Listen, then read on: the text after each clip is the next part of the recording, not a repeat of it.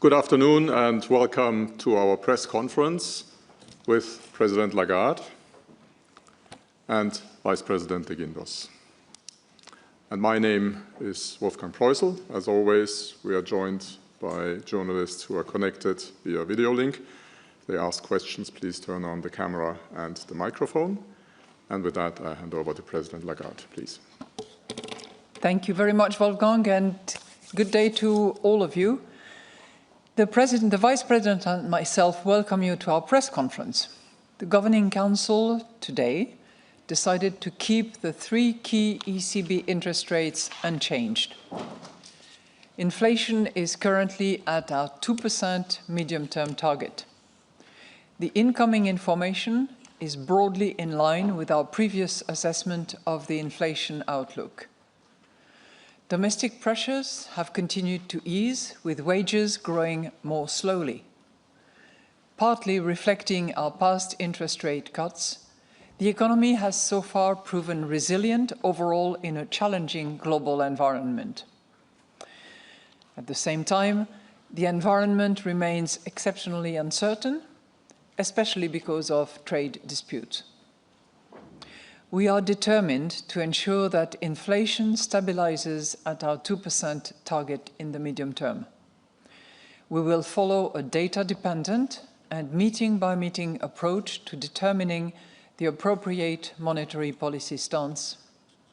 In particular, our interest rate decisions will be based on our assessment of the inflation outlook and the risks surrounding it in light of the incoming economic and financial data, as well as the dynamics of underlying inflation and the strength of monetary policy transmission. We are not pre-committing to a particular rate path. The decisions taken today are set out in a press release available on our website. And I will now outline in more detail how we see the economy and inflation developing, and will then explain our assessment of financial and monetary conditions. In the first quarter, the economy grew more strongly than expected. This was partly because firms front-loaded exports ahead of expected tariff hikes. But growth was also bolstered by stronger private consumption and investment. Recent surveys point to an overall modest expansion in both the manufacturing and services sector. At the same time, higher actual and expected tariffs, the stronger euro, and persistent geopolitical uncertainty are making firms more hesitant to invest. The robust labor market, rising real incomes, and solid private sector balance sheets continue to support consumption. Unemployment stood at 6.3% in May, close to its lowest level since the introduction of the euro. Easier financing conditions are underpinning domestic demand, including in the housing market. Over time, higher public investment in defense and infrastructure should also support growth.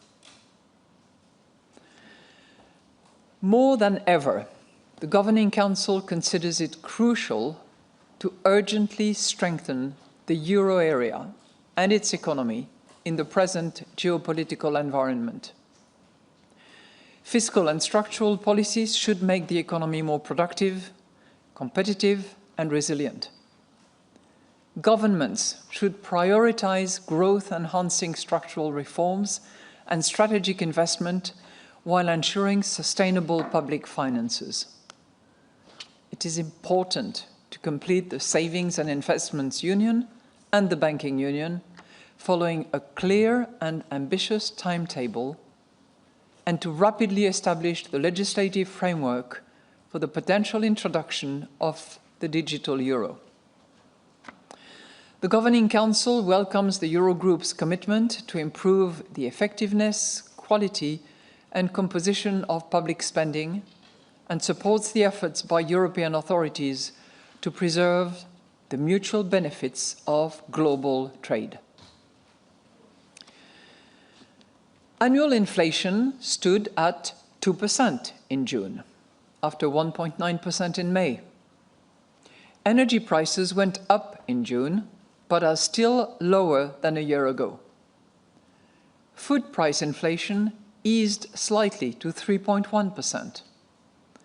Goods inflation edged down to 0.5% in June, whereas services inflation ticked up to 3.3% from 3.2% in May.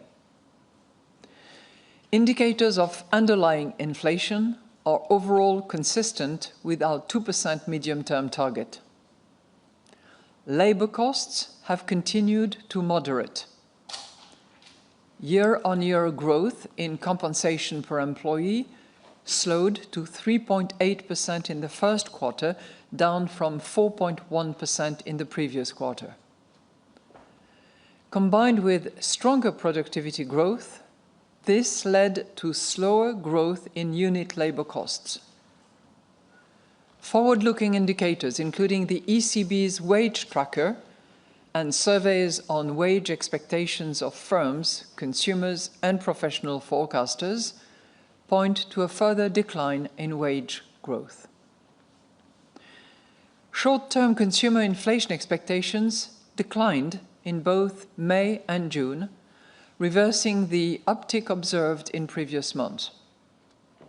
Most measures of longer-term inflation expectations continue to stand at around 2%, supporting the stabilization of inflation around our target.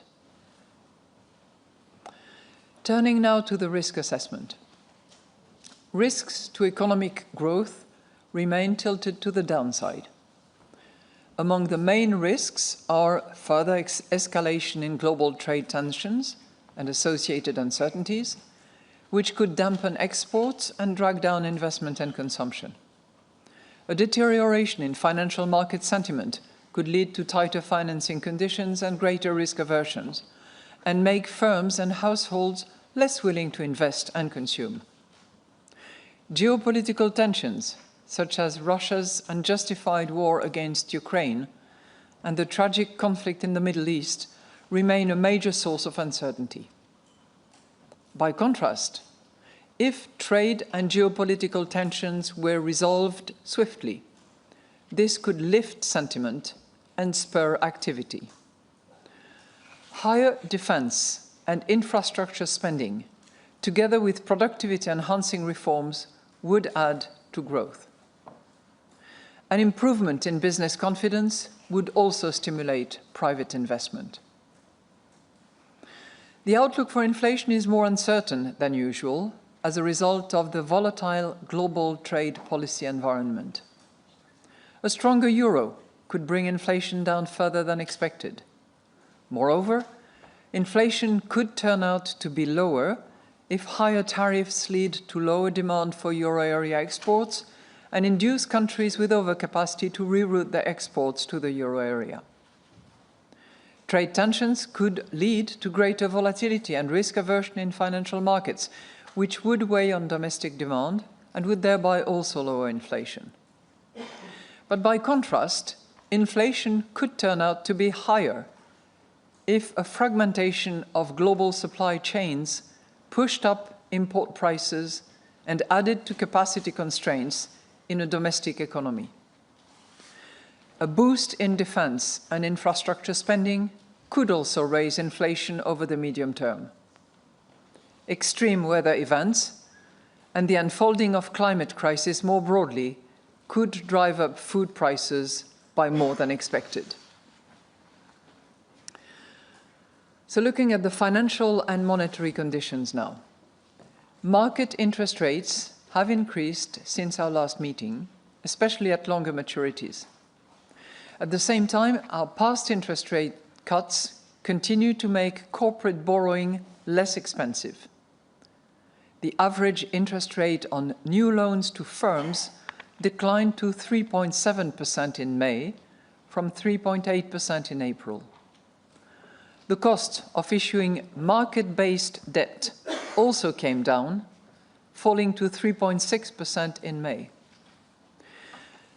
While the growth rate of loans to firms moderated to 2.5% in May, corporate bond issuance was stronger, growing at a rate of 3.4% in annual terms. Credit standards for business loans were broadly unchanged in the second quarter, as reported in our latest bank lending survey for the euro area. While banks' concerns about the economic risks faced by their customers had a tightening impact on credit standards, this was broadly offset by stronger competition among lenders.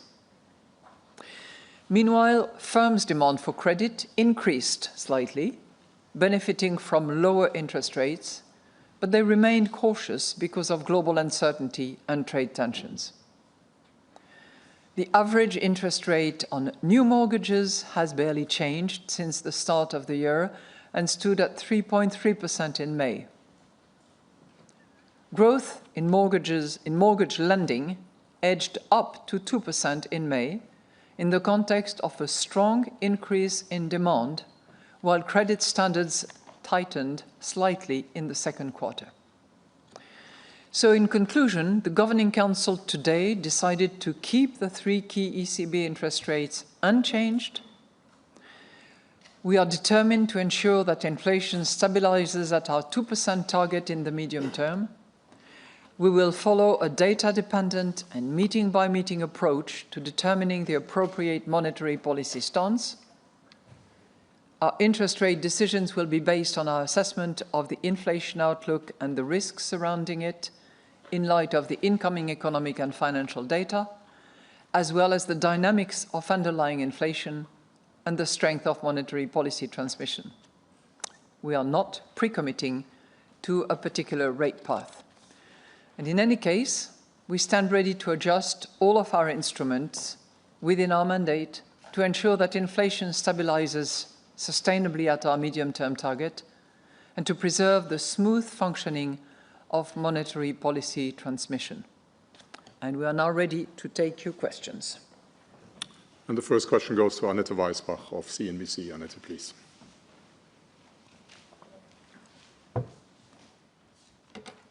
President Lagarde, thank you for taking my question. The first one is on the euro exchange rate. So we've heard from your dear colleague, the Vice President Luis de Guindos in Sintra, that anything beyond 120 might be complicated. So what's your assessment? When does it start to get complicated, and when do the deflationary effects from that higher euro do start to worry you? Second question is on the tariffs. If we were to get that 15% trade deal with the United States, is that according to your baseline, and would that lift the uncertainties in a way which is good enough for the euro area to grow? Thank you. Thank you very much for your twofold questions. Let me just tell you that in relation to exchange rate, we do not target any exchange rate. Second, we monitor exchange rate indeed, because exchange rate matter for our inflation forecast. And I'm here quoting my dear friend, colleague, Vice President, who said recently, we take into account exchange rate to forecast inflation. We are exactly on the same page in terms of our message regarding exchange rate. Your second question had to do with conjecture as to what will be the outcome of ongoing trade negotiations. And I know that there was a newspaper yesterday who sort of hinted that we were at a particular closure. It was a closing in, not a closure, right? And required very careful reading. We are attentive to where the negotiations are heading. We are not in a negotiating position. We are operating on the basis of the work that we do to forecast, to anticipate. We have a baseline on which we are basing our decision of today, which is our June baseline, which holds. You know, that baseline is generally confirmed by all the recent data that we have received. But we take things one day at a time. We decide meeting by meeting, But we take news one day at a time, and for the moment we are relying on our baseline, relying on the scenario that we have done back in June, which we have published, which you all have had a chance to look at, and that's what it is. But one thing I will add to that is that the sooner this trade uncertainty is resolved, so I think we use the word resolved swiftly, so the sooner it is resolved, the less uncertainty we will have to deal with, and that would be welcome by any economic actors, including ourselves. Thank you. Next question goes to Alex Weber of Bloomberg. Alex, please. Good afternoon. Thank you very much. I've got two questions on your statement. So you highlight the resilience of the economy so far. Mm-hmm. Does this resilience reduce the need to deliver another rate cut in the autumn, even if this was part of the baseline scenario in June? And the other question is on your reaction function. So you added that future decisions will also be based on the risks surrounding the inflation outlook.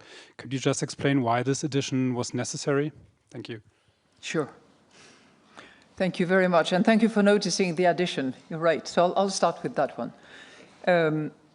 As you know, we concluded our strategy assessment. We had a strategy review that we concluded in 21. We had committed to review that strategy on the basis of new economic development and certainly in view of the process through which we had gone, namely facing those incredible shocks and going full cycle in many ways. So we did that, and as a result of that strategy assessment, it was determined that we had to amplify, enhance, and probably give a slightly higher focus to risk assessment. And obviously scenarios, sensitivity analysis are part of that exercise that is conducted on a regular basis, that is published occasionally, but conducted on a regular basis. But it is certainly very opportune that this focus on enhanced risk assessment is agreed at a time when we have a higher level of uncertainty. So that's the reason why it is. You have the usual risk assessment section in our monetary policy statement, which focuses on growth and inflation. And we thought it was appropriate, given the enhanced focus that we want to give to the measurement of risk, the assessment of risk, to have actually that element included in the first part of our monetary policy statement. You know, we are, I'm going to repeat myself, we are in a good place. And we are in a good place because inflation is at 2%, but we're not focused on data points. We're looking at all sorts of data, and our target is the medium-term inflation, which is at 2%. So I'm saying that we are in a good place because our projections point to inflation stabilizing at target in the medium term.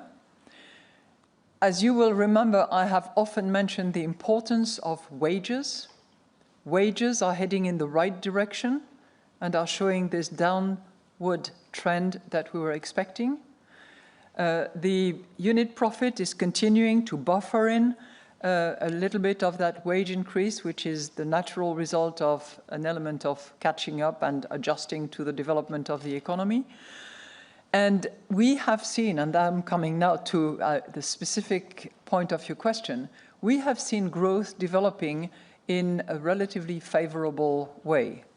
Of course, if you look at Q1 in particular, we will have Q2 in a week's time. But if we look at the numbers we have, Q1 was a surprising 0.6%. Now, of course, because we like to look under the hood, 0.6% is partly attributable to Ireland.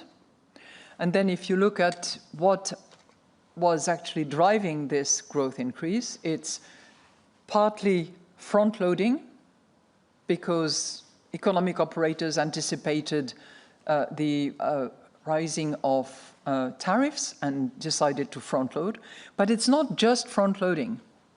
It's also increased consumption an increased investment, and not only attributable to Ireland, which is often an outlier for all sorts of intellectual property reasons and what have you. But so growth is developing mostly, if not a little better than in line with our expectations. So we are looking at development. As I said, last time around, we are now confident that the inflationary shock of the past few years is now behind us. And our job now is to look at what's coming and to try to, first of all, wait, because there is a lot of elements that will pan out in the next few months, and see what impact it will have on our economy. Thank you. And the next question goes to Balázs Korányi of Reuters. Balázs, please.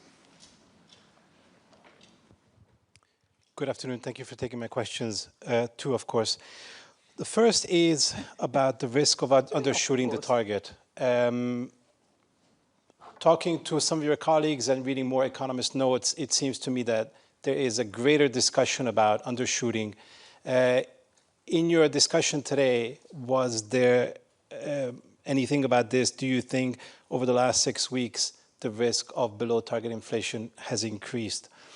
The other question is about the scenarios you published 6 weeks ago, and especially the more severe outcomes, which seem to suggest that even in case of retaliation, the whole package would be disinflationary. Now, I'm curious,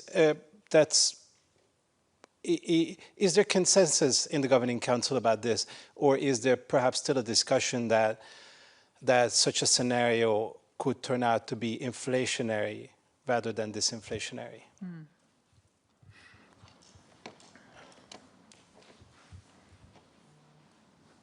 Well, thank you for your two questions. Concerning the risk of undershooting, I just want to remind you and colleagues that we are at 2% latest reading, but more importantly, because that's what we have to look at, we are at 2%, which is our medium-term target. So is there a risk of undershooting? There is actually a forecast of undershooting in 26 for all sorts of base effects reasons and consequences that we are forecasting today. But as has been mentioned by some of my colleagues in their various speeches, we are not going to be moved away by some minor deviation. And we are looking at the medium-term targets that we have. And we will proceed on the basis of that 3 elements to determine our monetary policy stance. So that is the result of our strategic assessment, but it's also the approach that we are taking inside the Governing Council. Now, you will always find 2 or 3 governors who are very concerned about the undershooting. But what I say to you is undershooting is actually in our projection, in the staff projection. It's there. But what matters is our medium-term target, because this is the objective that we have reaffirmed in our strategy, and which is definitely 2%.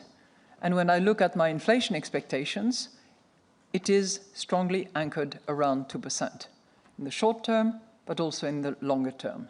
So that's as far as undershooting is concerned.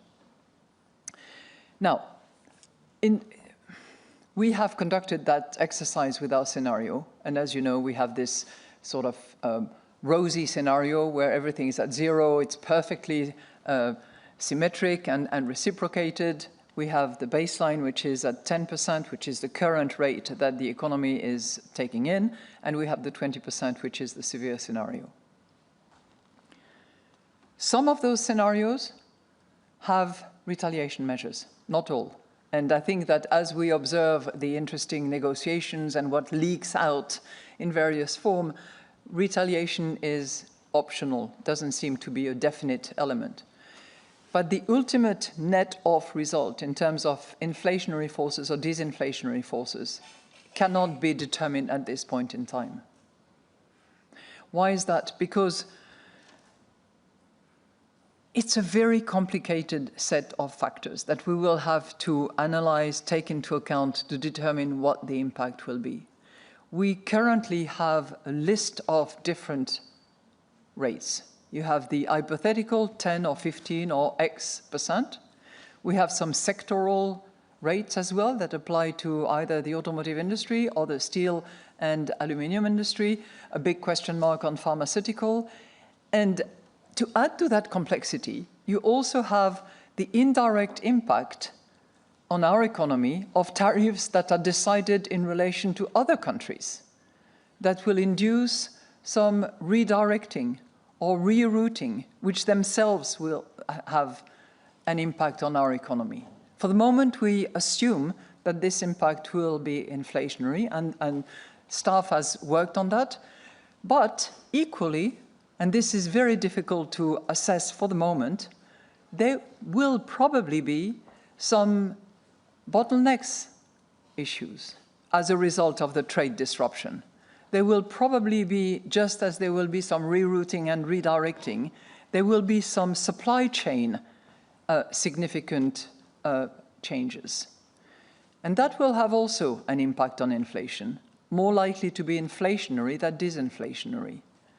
So it's not just, trade one way, retaliation in response, but it's also the rerouting, the redirecting, the supply chain disruption, the bottlenecks that will all come together to impact prices. Now, the next question you have to ask yourself as well, and that we are asking ourselves and will be asking, is that going to be a level effect? Is that going to be an ongoing consequence of a new paradigm? There is a lot of uncertainty out there. We are mindful of all that. We are going to monitor, factor in, model as much as we can. But at this point in time, conclusion is not, in my view, definite as to which of those forces will prevail. Next question goes to Isabella Bufacchi of Il Sole 24 Ore. Isabella, please. Thank you for taking my question. Good afternoon. My first question is on tariffs and interest rates, in the sense that the Federal Reserve would have cut interest rates if it weren't for tariffs, and Chair Powell said in Sintra, we went on hold for tariffs. Can you explain how far is the ECB today on hold because of tariffs? And my second question there again has got to do with the United States again, because Donald Trump called the signing into law of the Genius Act on US dollar-backed payment stablecoins a giant step to cement American dominance of global finance, the greatest revolution in financial technology, and secures the dollar status. But on monetary policy, there is a concern that the growth of stablecoins for trillions would have an impact on the short-term rates in the United States because of how much T-bills is going to be used as a back to the stable coins. So there is a big debate on impact of this on monetary policy, on central banks, and I wonder if you can say, if you share these concerns of these innovations on monetary policy tools. Thank you. Well, thank you for your two questions. I think it's a good expression that my colleague and friend and esteemed central banker has used to refer to being on hold. So we ourselves at the ECB, we have left our rates unchanged, and you could argue that we are on hold. We are in this wait and watch situation, and any monetary policy decision will, for the future, be decided on the basis of data, will be decided meeting by meeting, is not predetermined by any particular path. And I think that the jury is out as to how quickly the uncertainty will be cleared under present circumstances. So a large part of that uncertainty is itself caused by trade and tariffs, as well as non-tariff barriers, by the way. It's tariff barriers and non-tariff barriers, which obviously matter. That has an impact. The uncertainty in and of itself is also playing a role in relation to the level of risk that we see. So it's trade-related, caused by tariffs and non-tariff fear or expectations, depending on how you look at it, and it's the overall uncertainty about the outcome, which obviously induces different behavior on the part of consumers and investors. Look, on the Genius Act, first point I would make is that having a legal framework is helping understanding what the risks, benefit, and prospects are for these instruments. Number two, I think that it's a little bit early in the process to really have a clear and good understanding of what the consequences will be.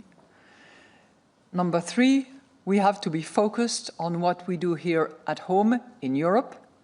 We have to make sure that we are strong in terms of currency, issuance, protection. We are the curator of the euro, and we are ultimately focused on that.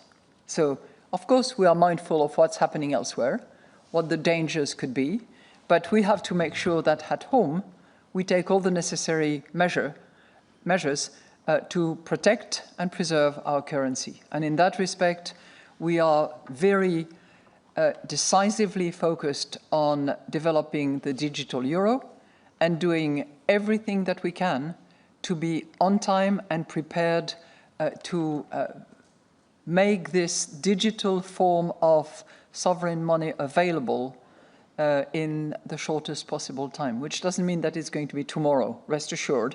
And cash will always be there, and banks will be part of the game and will be intermediary in the process. But our duty is to make sure that as Europeans' preferences evolve over the course of time, the digital euro is a possible reality. Thank you. And now Olaf Storbeck of the Financial Times. Olaf, please. Thanks. I do have two short questions. One is on this interview Isabel Schnabel gave a few weeks ago when she said that the bar for further rate cuts is very high. Do you share that view, or do you have a different view on that?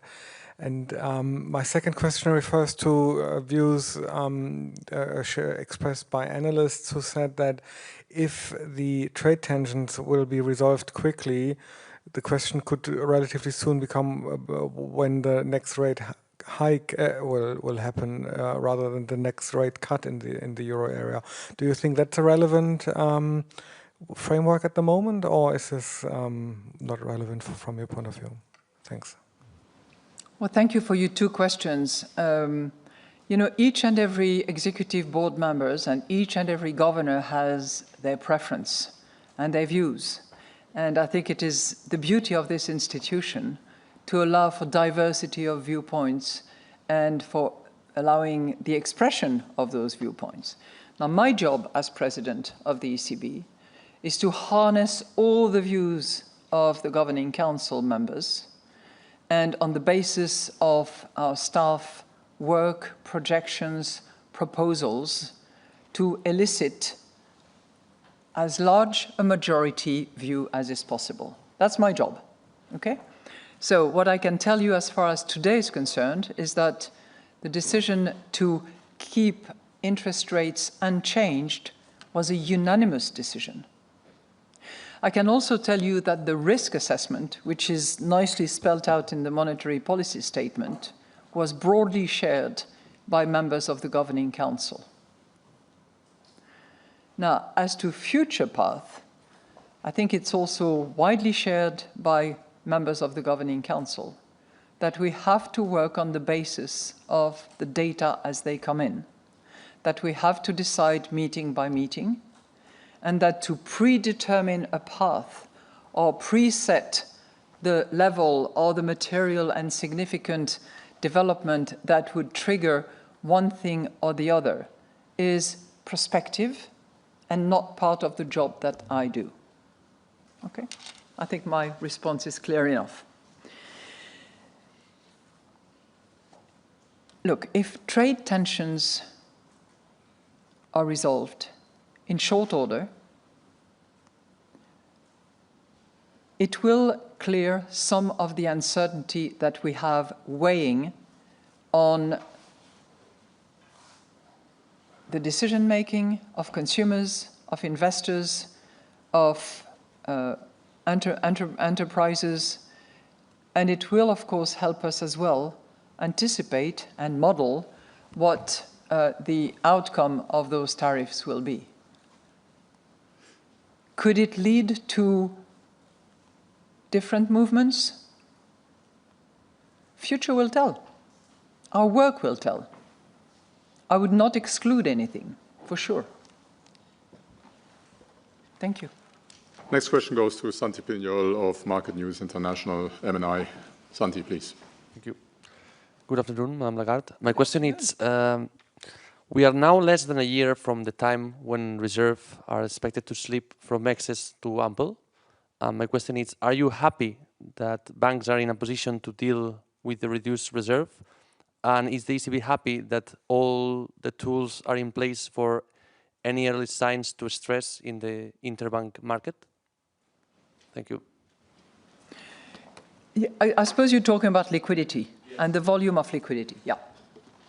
Well, first of all, there is still plenty of liquidity in the system. The volume has reduced over the course of time, and it has reduced as a result of the reimbursement of TLTRO, which is now completed. It has reduced as a result of the discontinuation of reinvestment under the APP first and under the PEP second. But despite that, and the fact that our balance sheet reduces on a monthly basis, regularly, predictably, the volume of liquidity in the system is still north of 2 trillion euros. So to talk about limited liquidity in the system, I think is not the appropriate characterization. There is still plenty of liquidity. Added to which, there is probably more liquidity in the system than we had anticipated, because there has been less demand for banknotes, and that has an impact. And there are other technical reasons caused by the fact that governments eventually moved their own reserves away from the central bank to put them to better use somewhere else, which has, as a result, increased the volume of liquidity out there. But liquidity abound. Thank you. Next question goes to Carlo Boffa of Politico. Carlo, please. Hello, good afternoon. Thank you very much for taking my questions. I've got two. First one, the EPP lawmaker Fernando Navarrete, the parliament point man for the digital euro, told Politico in an interview this week that the digital euro is a nuclear threat to force banks to act. Do you agree with the statement? And the second one is on the strategy review. Some analysts say that the bar for QE is now higher. Do you agree with this? And do you think it will have any influence on next year's assessment of the operational framework? Thank you. You know, thank you for your very perspective question. The latter one I'm not going to address, actually, because you are jumping ahead. We have a review of the operational framework that will come in due course in 2026. So we'll take those matters as they come. The operational framework has been approved a few months ago. Let us just see how things work, draw conclusions from that, and then we shall see when we reassess in due course and in due time, that is in 2026. Now, on your first question, you know, I have a pretty simple understanding of what the digital euro is. And for me, this is the digital expression of cash, right? I mean, we all have cash. Well, most of you, I suppose. I do. I like cash, whether it takes the form of coins or banknotes. This is cash, and this is central bank money, if you will. It's sovereign money. But as technologies evolve over the course of time, and as the preference for payment evolves as a result, we need to respond to the demand of our European compatriots. And I see digital euro as the digital expression of cash. It's like digital cash. You can argue at the margin that in terms of, absolute privacy, we're not exactly on the same page. You could argue that the cost of cash is higher than blah, blah. But in essence, that's what it is. So to argue that digital cash is a nuclear bomb, I think that's a little bit over the top. We're not holding nuclear bombs in our pockets, as far as I know. Thank you. And the last question today goes to Mario Savova of the Bulgarian news agency BTA. Oh, I thought you had raised your hand, sorry. Okay, well then it goes to Marta Pilar of Econostream, please. Thank you very much. Good afternoon. Thank you for taking my question.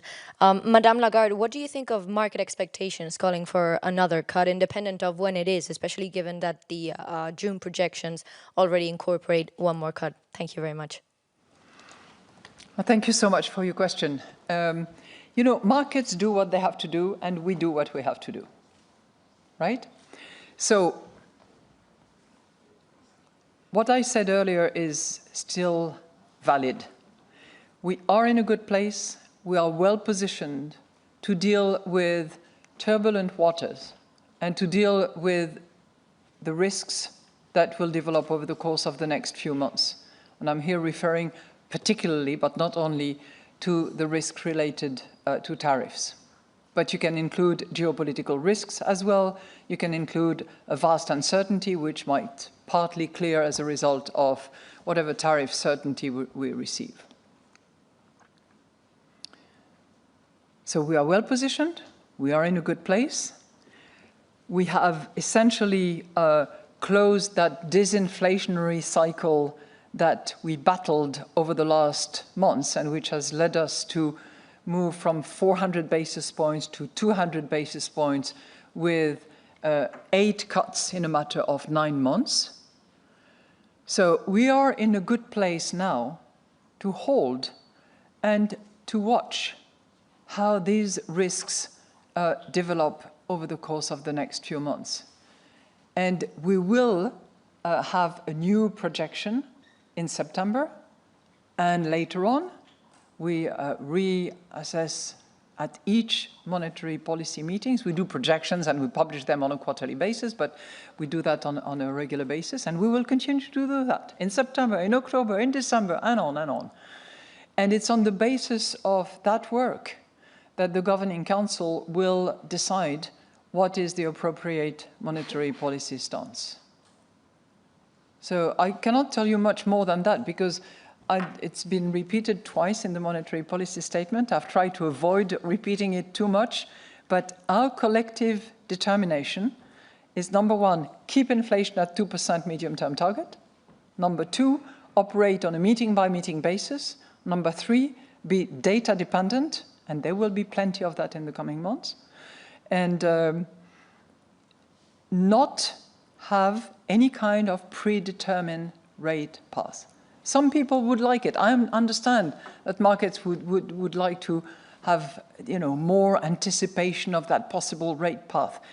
No, that is not possible under the current circumstances. But, as I said, we are well positioned to wait and see. And with that, I wish you all a nice wait-and-see holiday. And I hope that you take time to rest, enjoy family moments, friend moments, and have a good time in this uncertain world.